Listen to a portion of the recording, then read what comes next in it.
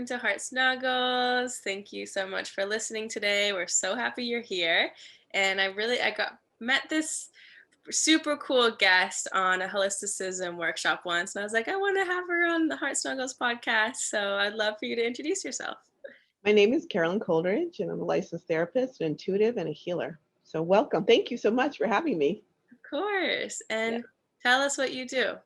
I am a therapist for 25 years, and I also am a healer, an energy healer. So I work with the energy. My whole thing is to help souls grow and learn. That's like my overall premise as a soul here.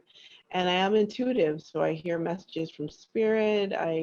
I work with the energies of the universe. I work with people's, past lives sometimes, and I get a lot of information. Anything's about the soul's growth. So I really help people to kind of listen to their purpose, their insight, their intuition, and help them to build a life and to free themselves from trauma, from pain, from difficulty, to find a bit of freedom and fulfillment in life.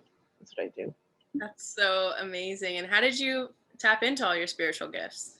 It was interesting. It came to me. So when I was studying at Columbia years ago to be a licensed therapist, social worker, I started to see ghosts. So I never had that experience before, but they were very real. I'd wake up and they would be touching my bed or just sitting talking to me. And I'd wake up, I was in a conversation. I'm like, where are these ghosts coming from? It's like crazy. At the time, I was like 27, 28, and right beginning of my Saturn return. And the Saturn return is in astrology is when the planet Saturn comes back to your where you went at the same time when you were born. All the planets line up, and Saturn's the planet of life lessons, maturity, soul growth, and it helps you to push you towards your soul path. So it really kind of bothered me. It scared me, and I didn't know what was wrong. I called my mother, who's a scientist and a teacher, a chemistry teacher, and I said, Mom, I'm seeing ghosts. But she had a lot of premonitions and paranormal experiences. She goes, oh, okay, that's cool. You're like me and your mother. And she goes, how's your grades? And I'm like, so she really normalized it.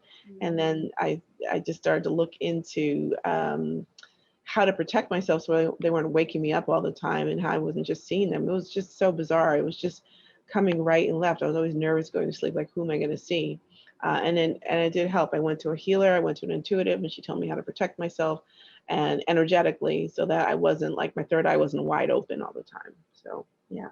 What are some ways that you help protect your energy? That's a good question. So working with the energy of the archangels, so I learned to put the archangels around me, Michael to the right, Raphael left, Gabriel behind, Uriel in front. So when you surround yourself with the angels, and they are protectors of the universe, but it puts it like a cross around you, an energetic cross. And that light is so bright, that cross, a lot of other beings that are, either negative or not of the higher realms will scatter away. So it helps to protect your field. Like, no, this is a soul that's here. And this is part of the reason why we pray at night. That I lay me down to sleep, I pray to Lord, my soul to keep, because you want to protect your soul, which is a sacred kind of vehicle for your time here on earth. So the woman told me to do that and told me to pray regularly and told me to, honor this gift that was opening up, that it's something not to be afraid of, but it actually is part of being psychic, which means of the soul, and then psyche means of the mind. So that I realized I'll be combining both, which was interesting. That's amazing. And I love that.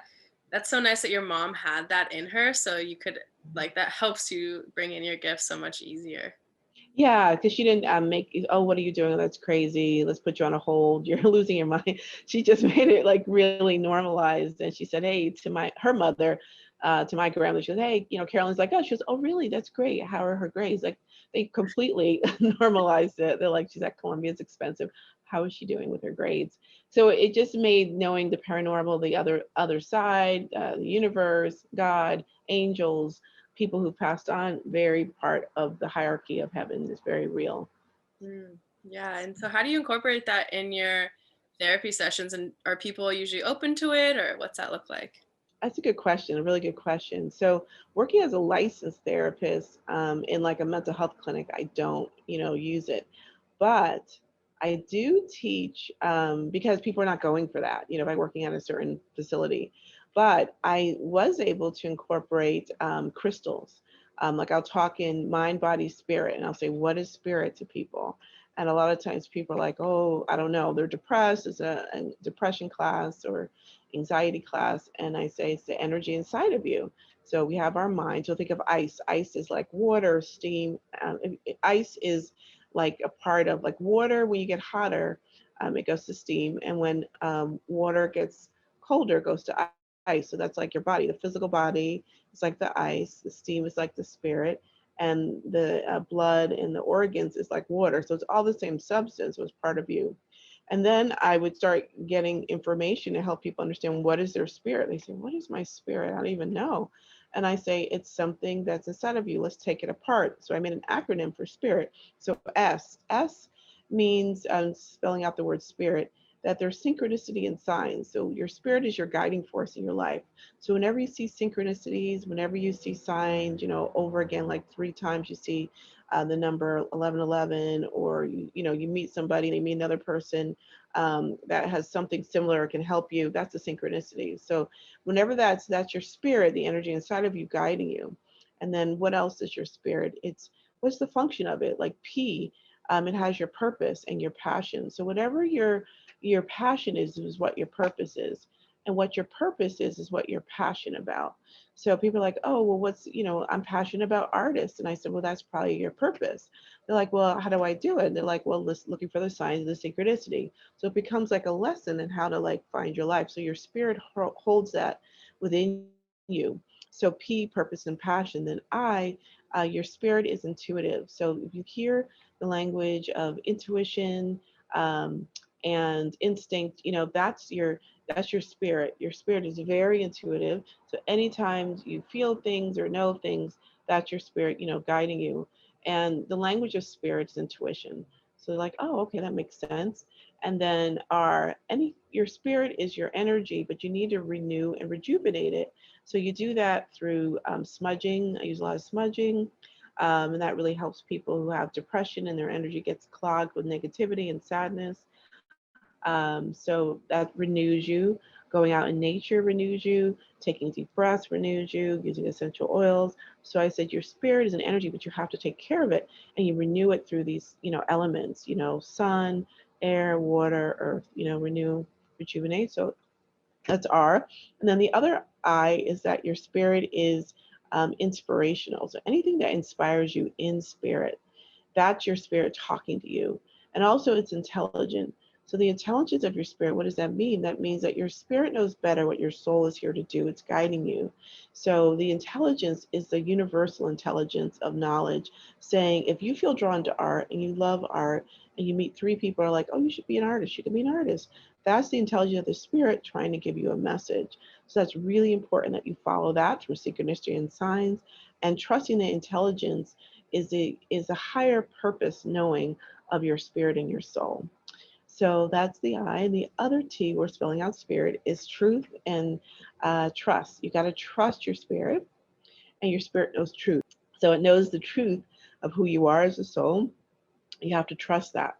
And that's how you are led on your spiritual path. So the spirit is a guiding force in our life, and that's how it functions, by using the acronym.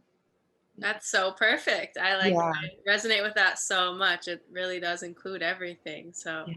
wow, I'm so happy that you can sprinkle a little bit in, because it must be hard, like having to almost not hide, but like not use that whole entire part of you. That's a good point, and that, the function of spirit is important. And then I tell people, and they're like, okay, I get that. How does that connect to mental health? And I'm like, well, your spirit is very powerful, and it also like feels energy like the elements. So a lot of times people will say, but they're depressed. I'm so I'm depressed, I'm burnt out, or I'm dead tired, or I'm exhausted, or I'm drained. And I'm like, that these are words of energy, and our energy, our spirit is energy. So when people say they're drained, I say you need more water. And when people say I'm burnt out, I said you need some fire, the sun, or a candle. When they say I'm exhausted, I said you need air, you need to breathe, or aerobics. When they say I'm dead tired, I said you need more earth, or maybe a crystal substance. So they use these words, and they just seem like, oh, it's new agey, spirit. And the elements, I said, no, these are elements. And in the ocean, there's always fire, the sun. There's always the air, the wind. There's the water. the sea, and then the sand is the earth. So this is how your spirit functions. This is how your spirit heals. And this is important to know that we use these terms as part of who we are as spiritual beings. So people who are depressed relate to being burnt out, dead, tired, and exhausted. So they understand, oh, and these are the elements that can help me.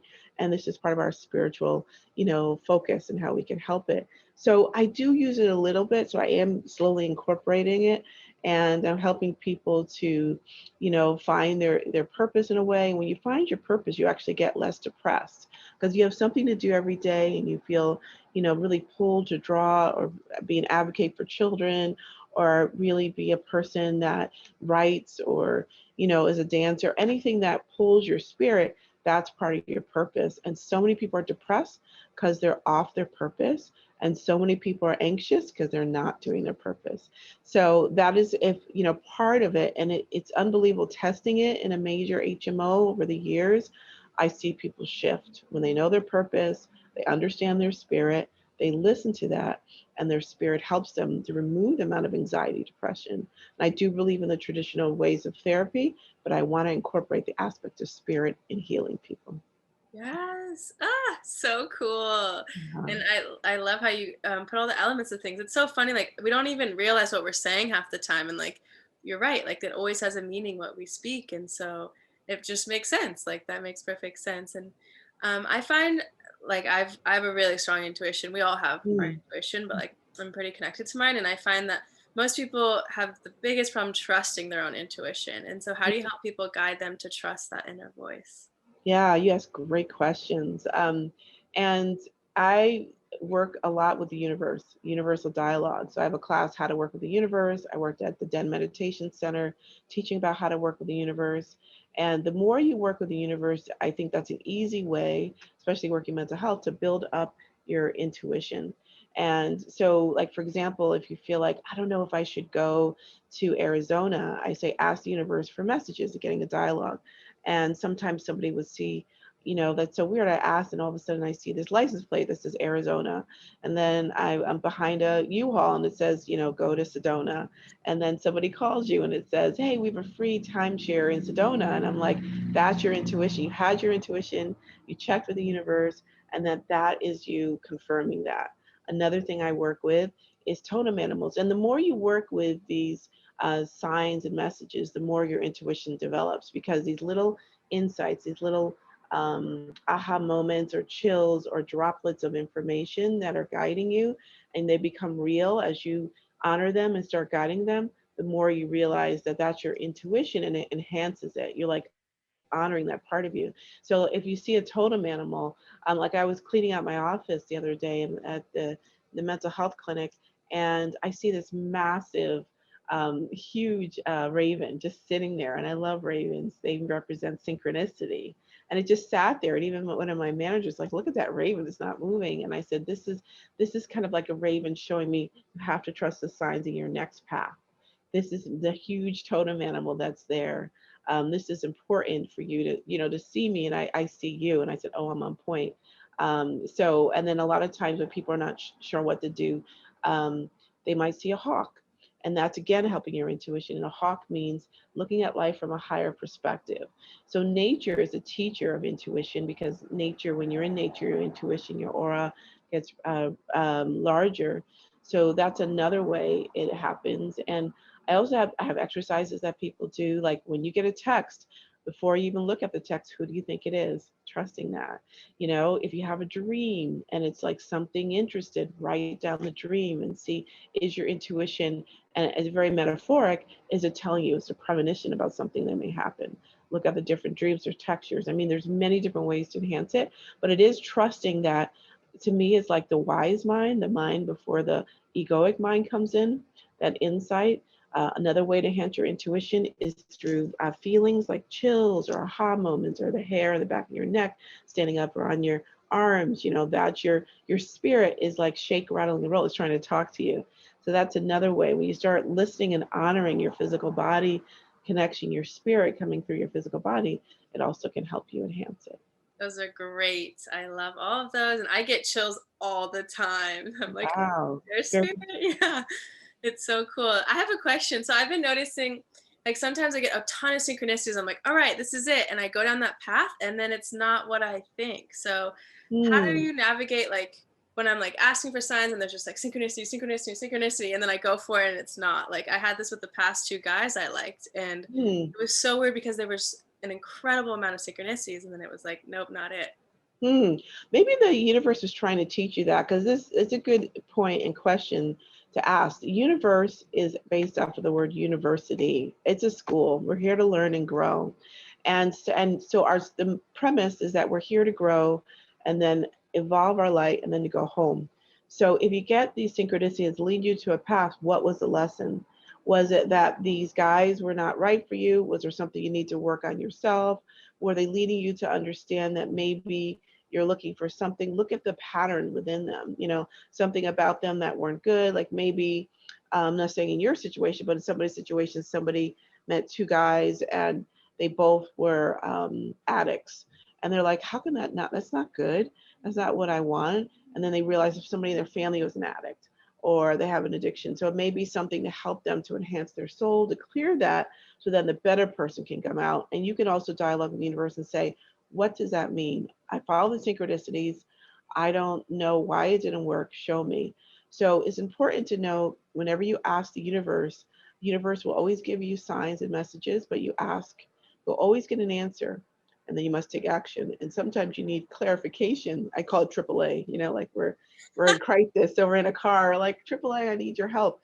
So ask, and then like our soul is like a vehicle. Like we have different, races and genders and stuff. And that's like Nissans and Lexus and BMWs. So when you're in crisis, ask AAA, hey, I need help. I need a tow. Ask, you always get an answer. You must take action. So dialogue with the universe too and say, why did that work? Show me the answer. Oh, yeah, so simple. And Mhm. yeah, I think that's good because I always tell people that, trust the signs. And then they're like, what? That happened to them too. And I'm like, I don't know what to tell you. Because I always believe that no matter what happens, it's teaching us something for sure. Yeah. Yeah. Yeah, Hmm. that makes sense. And so last time I listened to you, you were talking about soul retrieval, and I would love for you to explain all of that to the audience. Oh, great. Yes. And I do my own version of soul retrieval. I am an energy healer, so I work with energy. And a lot of times when I'm working with somebody with trauma, I see that part of them is lost. Okay. So, and that happens quite often when you're depressed or anxious. You're traumatized at 7, your dad left home, and then you had nobody around. So, like that essence, that 7-year-old essence of you, like went somewhere else. Or you got in a car accident at 14 and your friend was driving, and then that essence of the open, innocent part of the 14-year-old self is gone. So think of a glass. When a glass drops and it hits the ground, it scatters. So our soul is precious. Our energy is not, like enclosed. It can scatter. And when it's very uncomfortable or traumatic, part of that soul leaves, and it takes the essence of the 14-year-old self, or the 7-year-old self, or the 21-year-old self. And you find it happens a lot with, physical abuse, maybe sexual abuse, car accidents, surgeries, um, you know, fires or whatever. Any kind of trauma can help your soul, like, because when something bad happens to you, you're like, you lose your breath. And when you lose your breath, that energy, that breath is part of your, actually, spirit means breath. So that breath leaves. And I feel like it takes aspects of you, especially if your soul doesn't want to feel it. So soul retrieval is what I created through meditation, is I bring back that aspect of the soul. So I dialogue with the aspect with somebody in a meditative state. I usually do it, you know, um, on a table. When I do Reiki, I do some healing, and then we go up to a higher realm in a certain dimension, and then we reconnect to aspects of ourselves that we are lost. And it's very powerful. A lot of people say, I just did 2 this past weekend. I feel more connected. I feel more like myself. I like to, like one woman, I said, you know, I see your 7-year-old self, and she was abused. And I said, she's skipping rope and she's playing hopscotch. She goes, oh my God, I totally forgot. I used to love that. And then the abuse happened. So then I called it back. So knowing that was her, and then she felt like more playful. She felt more happy. And so you bring back the aspects of that certain part, and then you re-emerge it. It's very gentle. It's very healing. I bring in the guides, and it's powerful. So that's how I do soul retrieval. That's Yeah. so powerful, and it's so true. Like, we like almost get frozen in those parts of ourselves, and Because I know for myself personally, like I don't remember most of my childhood either, and it's so interesting, like how your body does that. Yeah, and it's for preservation. Like if it's something very difficult, I'm glad you use the word frozen. I call it. I teach a trauma group: fright, flight, or fright or frozen. You freeze, and then that aspect. It's almost like a numbing of it, or false self gets created, and then the part of you that was open and maybe innocent or aware is gone. So we want to call it back in, and then sometimes those memories come in, and we do it in a safe, supportive environment so that they can understand, well, what was it I lost? What was I running from? And is it safe now? You'll find aspects of the self will say, is it safe to go back? Like, is the mean man there? Or is the mean mother there? No, they're not. We're safe now. So we almost like heal ourselves through energy and through the recalibration of the soul. Yeah. Oh, what a beautiful gift you have. That's so awesome to be able to give that to people. And how do Yeah. you help people through grief? Mm. Yeah, and that's where another psychic aspect, psychic enemies of the soul, and that happened when I started to see ghosts. And I realized I was connecting to people on the other side, people that had passed on, but were still earthbound. So when I'm doing spiritual counseling, which does include, readings and healings, it opens up all aspects. I will connect to a loved one if they want to come through to heal. So that's, very helpful, and also to have them to what did that person teach you, or who were they to you? Or sometimes you get messages that are very profound, like people who, oh, I had to put them on life support and pull the plug, and the person said, oh, when you pulled the plug I was already gone. Or described, oh, the doctor was wearing this. You're like, oh my god, they really were there. That soul was already, healed and happy and fine before they left. So understanding the other side, past lives, their life there, what they lived, the lessons.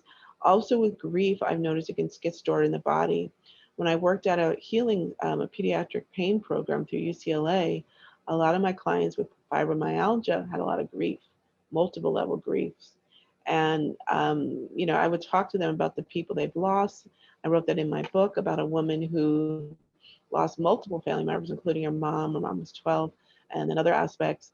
And I actually, she came in to do, she wanted to find her purpose.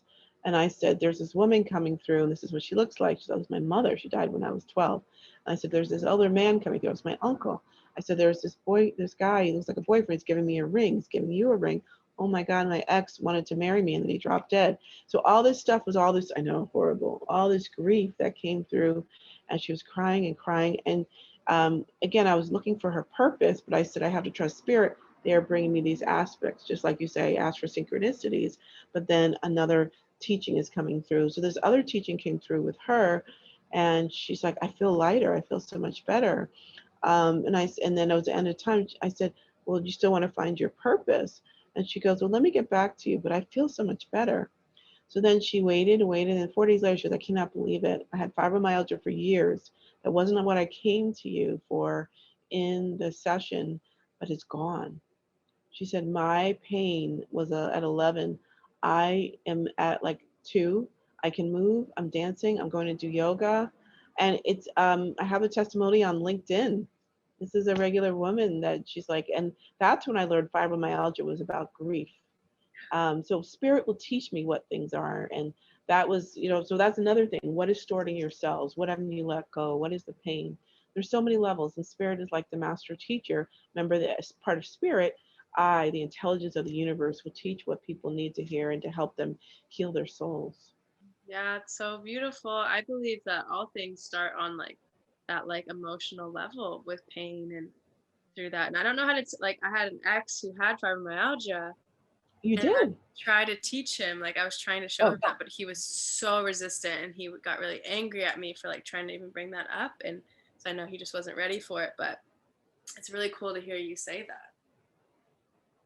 yeah. And if you're a healer of type, that feedback. If you're a healer, then a lot of times we attract relationships that need help. I get a lot of men that need help instead of, it's like, I want a relationship. I'm not going to be your counselor. So that can be a lesson too. Like once I started doing my work, that didn't happen as much, but it's like, you send out your vibe is like healer, healer, healer. And then, You get people who need to be healed. Mm-hmm. That's Yeah, I hard agree. though. And with fibromyalgia, it's very touchy. It's a very unconscious, deep cellular grief. Your cells are like crying, like every cell. Mm. Oh, wow. It's so sad, but so beautiful that like you can help people like actually heal just through feeling, and I feel people forget like we just have to feel all the emotions.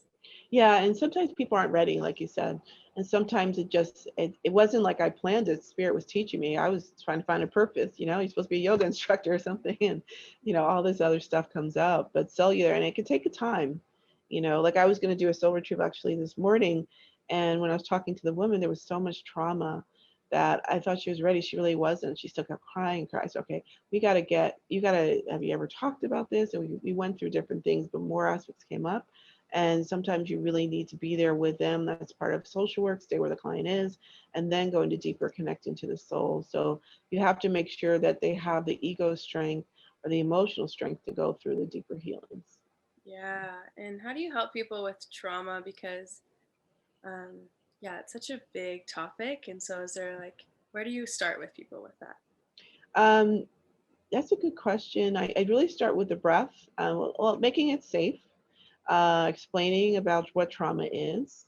And then, like I mentioned before, it could be a car accident. It could be a lot of people have surgery trauma or medical trauma, physical abuse, sexual abuse, um, you know, uh, car accidents. I mentioned people leaving. So explain them what is trauma, and everyone's trauma is different.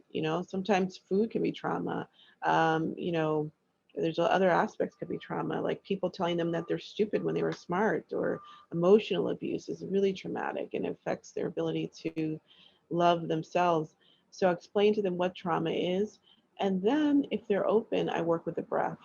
Usually I hear their stories, find out where, like in my trauma group, where their trauma is, and I explain to them, like I mentioned before, when you're traumatized, you lose the breath. Or if when people are trying to figure something out, what do? They're like, So the breath is very sacred. Our breath is our recalibration. Remember, spirit means breath of our soul. Bring it back into the body. It has our answers. So usually I'll have people hold their heart and hold their stomach, their solar plexus, their power center, and their heart chakra, and take a breath in. Now, and I'll say, I'm safe. I am meant to be here. I deserve, whatever affirmations come through. So talking about the trauma, identifying it, helping them heal it, helping them learn how to self-heal by holding themselves, hearing the story. The stories are where a lot of our traumas lie. And a lot of times when people have been closed down or emotionally abused, people didn't let them speak. I need to hear you. I had one woman that could barely speak. Another woman was hyperverbal, blah, blah, blah, blah, blah, and didn't make any sense. She was trying to repair herself through speech. She needed to get it out that way. That's what therapy is about, getting that process out. And then I go into the spiritual aspect of also using crystal stones to help with trauma. Maybe amethyst. A heart healer is a really good one, is pink opal, really wonderful, and a pink halite. I have them hold a stone, or, amethyst. I'll have them like pick up an amethyst or stone, depending on like if I'm doing spiritual work or therapy. Sometimes in therapy, I do spiritual work. Sense, the greatest way to change an emotion, the part of our brain where emotions lie, and the part of our brains where smell lives, are right near each other. So I have them smell lavender if they like it. If they was in person, lavender is great for depression. Jasmine is great for anxiety. Rose is wonderful for the heart. That's why we give roses on Valentine's Day, because we want to open somebody's heart, have a relationship. So I work with the scent. So there's many different aspects. Nature, going to nature can really heal, knowing that there's trauma. A tree, looking at a tree can be traumatic. It's like a beautiful tree, and then it gets hit by lightning, it's down. But those seeds will be planted for it to be grown again. And a replication of your seeds can be replanted for you to grow again. So being in nature, healing the aura field, healing the soul, asking for what was a lesson you learned. I have so many people that are in trauma and horrible abuse, and then I say, what is your soul saying you're here to do? I don't know. I can't even explain. I can't get out of it. After a while, after a couple sessions, I was like, what is your soul? I've always wanted to help at-risk girls. And I said, oh, so you went through this trauma. I always wanted to be a social worker or a healer or a teacher or a masseuse. So that trauma gave you the seed to grow to overcome something so you can help others go overcome that same thing. And that's the path of life. You'll find most people have trauma or difficulty. They've resolved it, hopefully, with some help, and then they're able to advocate for others. A good example, and Mothers Against Drunk Driving. That woman's daughter was killed by a drunk driver. So she started an organization that helps a lot of people. So that can be part of it, building a foundation for someone's loss. The Amber Alert, all those things are part of. It's a horrible experience, my God, but you make um, a dignity and respect, and you honor that soul's journey, and then you find your purpose through that many times. So it's a way to work with trauma. Yeah, it's so important, and I know it's so touchy because I believe that as well. Like, I believe we're all, we go through the hard things to teach others, but some people are like, well, why? Like, that doesn't make sense. You really think people are, and I get really defensive about it. I'm just like, okay. Yeah. Well, you know what? A lot of people don't, and I hear you in mental health. I don't jump right in with that right away. I wait. And that's why I talk about the spirit and the universe. And I let them come to the point, well, what are you here? And then knowing it's a school, that we're here to grow. And that if you get that paradigm, you get that understanding, then they get more, if they're open, they may not be open. They say, well, I don't want to be here, or this is not, I don't understand the school. But the one thing that I worked in mental health is that I believe the people I work with are not just patients, they're souls. There's God's children. So if you look at a soul, and then a soul is wise and smart and has the intelligence and is here for a reason. And when you tap soul to soul and spirit to spirit, they have their own answers, and they feel the chills on their arms. They feel that intuitive knowing, like something feels right. And I always tell people, if it doesn't feel right, then walk away. This is not what you need at this time. But a lot of times you talk soul to soul, it's like there's a spark of remembrance in them. And they're like, oh, this makes sense. When I was little, I always, always, always wanted to help people, but I was told to go to law school, and I'm not helping the way I wanted. I wanted to be a nurse. And, it's usually, it's like everyone has, it's a story, it's a soul story, and it's a tapestry. You just get into their story and honor their journey, honor their spirit, which is the name of my book. Oh, beautiful. Yeah, that's so sweet. It's like you have to meet people where they are, Yeah. and that's it. Like, you got to meet them exactly where they are, and then hopefully, if they're open, like you said, you can take them further. I Mhm. just have another question: Is what does suicide mean, or like people that are suicidal to the spirit? What is that? Um, Well, it's a very broad question in terms of there's so many different reasons people suicide or want to, you mean? I mean, sometimes it's the soul wants to get out. It's like, I didn't sign up for this. I had no background. I'm out of here. Another time, there's a history of depression, severe depression in the family or past family members. We do get our genetic coding at birth. We get their cells, and that's like an out. There's some spiritual practices or spiritual backgrounds that say people have three outs in life, and that sometimes people get close and they feel like I want to get out. A lot of times people don't want to fulfill their contracts. I really believe that this is my belief that the earth plane is a school, and that this is a big acting job. We are really, again, we're like, this is our soul vehicle. I'm really a light. You're really a light. We pick different suits to this lifetime. And this lifetime, I'm a Black woman, spiritual intuitive, but I'm truly a soul from the divine. So if you know that, then you realize, okay, I have certain things I want to do and certain marks I want to hit. And if I don't hit them, some people get very depressed. This is why I teach this work. That's why I think God, years ago, when I was in the universe, or God, was it was the same thing. When I was in mental health and I started to see ghosts and hear voices, and I started to see people's auras, I can understand their soul's journey, as opposed to they're just a physical person here.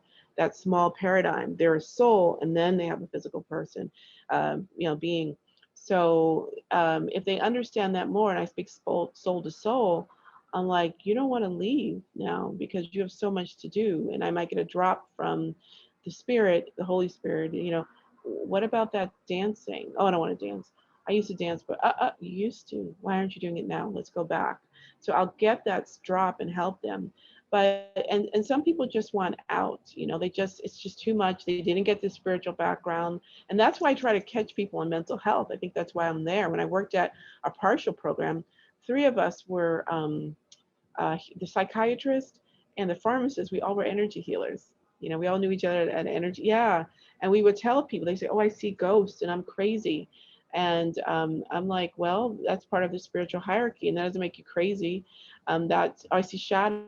And I said, well, what kind of shadows? And I go, oh, my ancestors. I had a guy that I worked with that he was from El Salvador. He used to see this purple ball used to come into his house, and it would it would spin around, and then it would turn into like Merlin, and then they would teach him all these magical trips, and then it would go back up in a ball and leave. In his chart, it said he's psychotic. He wasn't psychotic. And if he got labeled of that, he was very aware, alert. He was an engineer for, not an engineer, a mechanic for big rigs, which you need a lot of intelligence to do that. He was like 19, a very bright guy. But they labeled him psychotic and put him on meds, so he was off his path. That can make someone suicidal. I'm not saying that their old diagnosis was wrong, but that one was. But then I said, well, what did it teach you? It said it taught me magic. It taught me to go to different universes, different planets. People thought he was crazy. But if you understand more about the soul and the totality of the soul and awareness, then it could help him. So that was like an intervention I had. So that, that can, helping people understanding that suicide is you'll have to come back, maybe. I think the universe is merciful. Some people were not taught, they don't know, but some people wanted early out. And it kind of like, it's like you're doing this great play, this great or painful part. You're like, no, I'm gonna leave. You're like, wait. We're almost there. We're almost there. And the hardest part is like the 29, the 29, the 27 club. All those rock stars overdose or kill themselves. That's the soul cycle. The deepest part is where the answer starts coming in. I'm 27. So you're right before. So the 27 club? Yeah. And that's where the Saturn return comes in, knowing astrology, numerology, where all these issues come up. And when Saturn hits your chart again around 28, most of my practice is 28 to 31 or like 55 to like 61. Like that's when the soul comes in and says, what are you here to learn? Choose from your heart and not from your mind, getting over different things and then moving forward. So knowing that, incorporating that into mental health, normalize so many people who think they're losing their mind. I say, no, you're finding the divine. I think that's so important too. Like, there's no worse feeling than being denied of who you are, and I feel that's the thing when you're called psychotic, because you have this part of you, and just because someone else doesn't understand doesn't mean there's something wrong with them. It's like we really need to stop projecting that stuff onto other people, because it's so important. It's like everyone has their own unique gifts, and like don't immediately, just because you don't know what that is and it feels uncomfortable, like tell them that they're crazy. It's like, no, why don't you listen to them and like actually hear what they have to say? Well, they're not really taught in regular clinical therapy or psychiatry or whatever. And that's why it's interesting. I think, God intervened with me. My father is actually he's a minister, but he's also a psychotherapist. He was a social worker himself. My mother was a scientist, a chemistry teacher, but she had mediumship experiences. So because I had both of those, and my father was a minister, so he incorporated spirituality and pastoral counseling in therapy. My mother is scientific, but also had mediumship experiences. So I understand the science. So all four together helped me understand that this is very real. And my mother had a lot of real experiences. So I feel like that's where I wrote my book, to help, and other people have written books. There's a lot of people out there that write about spirituality and mental health. A lot of practitioners, a lot of holistic organizations. I'm part of ACEP, which is Association of Comprehensive Energy Psychologists. So yeah, and they are all, and they're scientifically proven, but then other people have had other spiritual experiences, because really we're treating the soul. But if you don't know how to do that as a therapist, you put it in the label of what was given. But I felt like I was put in certain places to say, wait a minute, let's look at that. Different cultures use intuition. This is a normal part. Let's dialogue. Let's see how much it helps you. And when I was a therapist at Columbia, getting psychic experience, I couldn't tell anyone. They would put me straight in the loony bin. So I kept asking the universe to protect me, and I had to toggle back and forth, and the universe protected me, because they can really, and with your license, like you're not supposed to touch people. So I had a whole spiritual practice of Reiki and healing. And then if you see or hear things that's psychotic, that's considered a diagnosis. I had to like put that in a different category. And but it's helped people so much. Like on LinkedIn, I have 100 testimonials. I get like really rave reviews with my clients. I always had an open schedule because you teach souls are powerfully bright beings that come here. When you honor that spirit, the patients can heal, the people, the souls can heal and grow. Mm, yes, and I would love for you to share more about your book. Yeah, honor your spirits right here. Let me just get it quick. My book, oops, I have two. One is Honor Your Spirit, and you can see it. And then the other one is Soul Wisdom. And this is all my newsletters. This came out a couple of years ago. This came out and it's still selling well. This came out. This is about my journey in 2016, about how you listen to your spirit, everything I said, and all the acronyms and all my experiences when I was 27 and 28. The ghost came. So I wrote it to help people to really kind of listen to their inner self, listen to the part of them that brought them here, and we'll take them out, because when that spirit, when that breath leaves, that person goes, right? And anyone's passed on. So if we honor it instead of honoring our egoic, earthbound experiences, we lose so many aspects of why our soul came here to really grow and learn. And I've been able, by listening to my spirit, I was able to incorporate spirituality and mental health. I worked on as a healer at UCLA, so that's the scientific more, but doing healing. I was able to, you know, bring it into who do I talk to in the mental health clinic to, do intensive outpatient programs, talk about crystals and, the right timing, listening to the universe. What am I here to do? What am I here to do? And some of this was scary, but if I constantly listen to the spirit over my own ego, then I was doing my higher purpose. So that's what this book is about. And I have like a workbook too, how to work with the universe, that goes along with this. And then I also have like little things in here where you can actually, dialogue and ask your questions, like what messages have you got? We're in school, right? So what messages have you got? What's your next journey? What are your, the answers? What totem animals have you seen? So that's my two books. That's awesome. And that's so cool. And that you've been able to put all that into a book so that you can give it to more people and they can start learning on their own. Yes, yeah, because we're powerful beings. We forget that, and that's the paradigm shift. And I like to do in mental health. You're not just your diagnosis. You are a powerful being of light, and let's work with it and see why you had that breakdown. And so my clients had this woman had a major breakdown. I said it's just like in gymnastics. The lower you go, like to get on that vault, the lower you go, the higher you're gonna fly. So where are we going? What are you doing? That's Yeah. such a beautiful metaphor. I really Uh, love that. And you touched on the ego briefly, but will you talk about how we should actually befriend the ego, or like, I feel like a lot mhm. of practices are like, don't ego, and it's like, no, no, no, that's a part of us. Yeah, it's like almost like to me, there's if you're thinking of a boat, just like another, example of going through life. And there's a rudder, on the boat, and then there's cruise control. The ego is like the rudder. It's like the part of the butt, maybe it's not the right word, but that drives it. It's like the steering wheel, maybe the steering wheel in a car. And then you have cruise control. We just flow through life. And the spirit's like on the cruise control.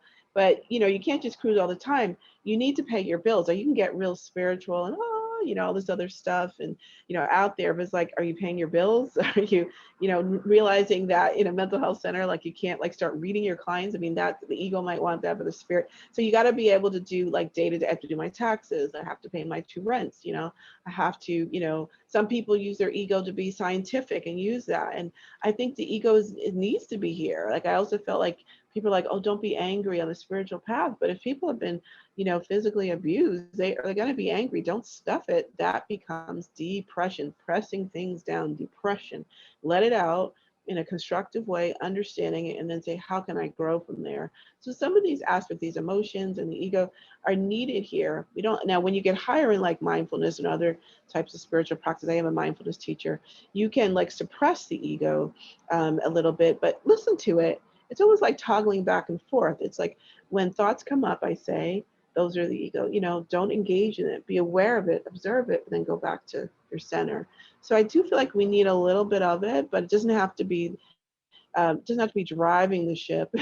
It can be, kind of on the back seat. Like we can control it. Yeah. Yes. Yeah. Remembering that you have the power, that's so important. Yes. And I also am curious, what struggles have you overcome as being a Black woman therapist? Uh, oh, oh, I write that in my book.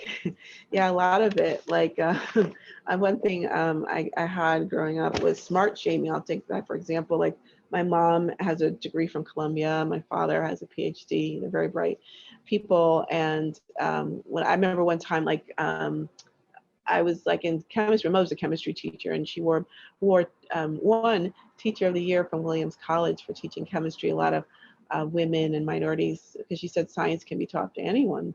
She was a very bright woman, and she showed me how to like do formulas in chemistry, and I got an A on the test. This teacher claimed I cheated, and he went to all. I was in a yeah to a predominantly white school, and in front of these guys, he's like, oh, she cheated. Did you see her cheat? Did you see her cheat? Like trying to embarrass me. It was horrible. And I was like mortified but enraged, and I went to my mother. My mother is very strong. She came and screamed at the guy. She said, I'm a chemistry teacher. I taught my daughter how to do this. How dare you, blah blah blah, and da da da. But that is like the stereotyping that comes around all the time. And that happened. I wrote that in my book a couple different times. I was really good in science and math, and I would get A's, and she was like, wow, you got A's, you're like smarter than the Asian students. How did that happen? I'm like, oh my God, all the smart shaming. Yeah. Which a lot of African Americans experience, and other people of color. And sometimes either I have clients who are like, oh, you're a dizzy blonde or something. You didn't know this. So there's a lot of like stereotyping of people. But I really look at it as, for me, it's actually been very helpful to learn a lot about like my culture and how powerful, Black women are, and how powerful like melanin is. Like they say there's some beliefs that um, the sun gives us information, and if Mhm. you get the downloads through your skin, you get these different information a different way. And it's intuitive information. They're like, why are Black people so spiritual? Because we're constantly getting these downloads, and then also the power of the ancestors, and like just my belief. I believe Mother Earth. Everything started in Africa. Eve was, people have like the Eve gene now. They call it the Eve gene, or a lot of Black women have it, which holds all of humanity.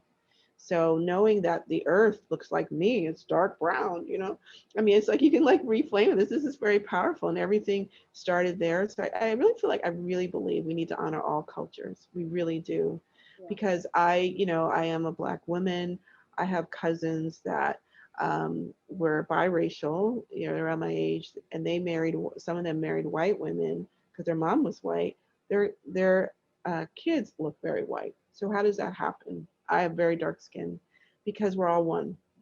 Just knowing that, and knowing. So it's like knowing that, and just knowing the history, and being proud of different things, and knowing there's so much I think that people um, bring in terms of different cultures. And I feel like every culture has something to contribute.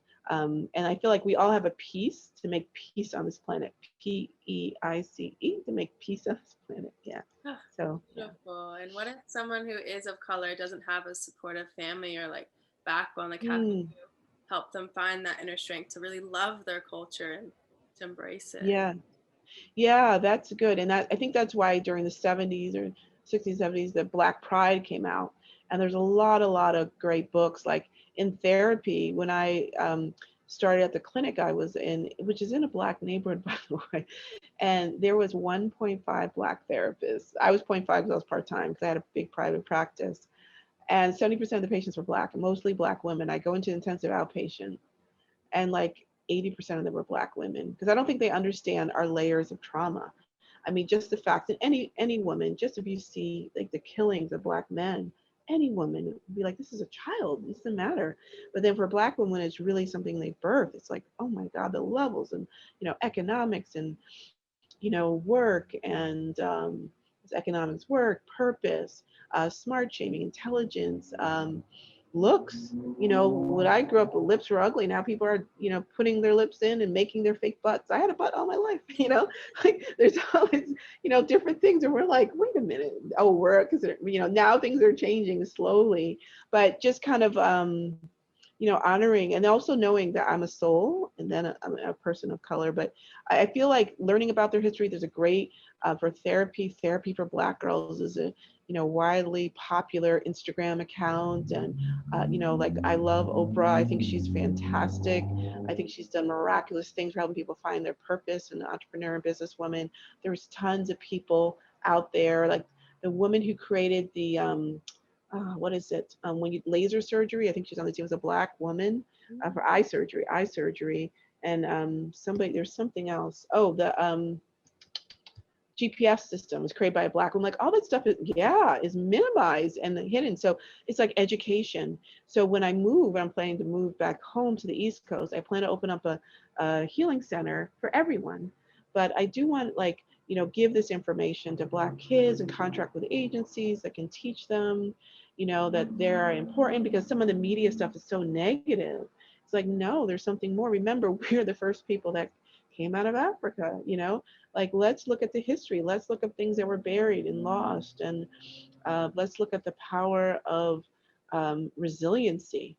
Because as a soul, the harder your journey, again, the lower you go, the higher you fly. So you look at that resiliency, it can be powerful. So, but everyone has something. Yeah, there's a lot. So there's a lot of information, and there's a lot of resources and books and other things out there. Movies, underground movies are coming in. Yeah. Beautiful. Thank you so much. So if people want to find you or work with you, where would they go? Great. Intuitive Soul Healing is my website. And then my Instagram is Intuitive Solutions, _Intuitive Solutions, Carolyn Coldridge. I do a lot of readings. What's really picked up during COVID is remote healing. It's like almost the universe gave me another gift. So I do remote healing, if you're far away, because I'll be on the East Coast. And I do spiritually oriented counseling and psychotherapy.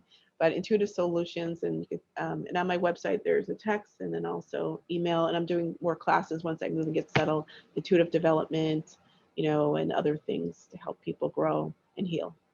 Amazing. Thank you so much. This was such a beautiful podcast, and I loved all your wisdom and all your truth.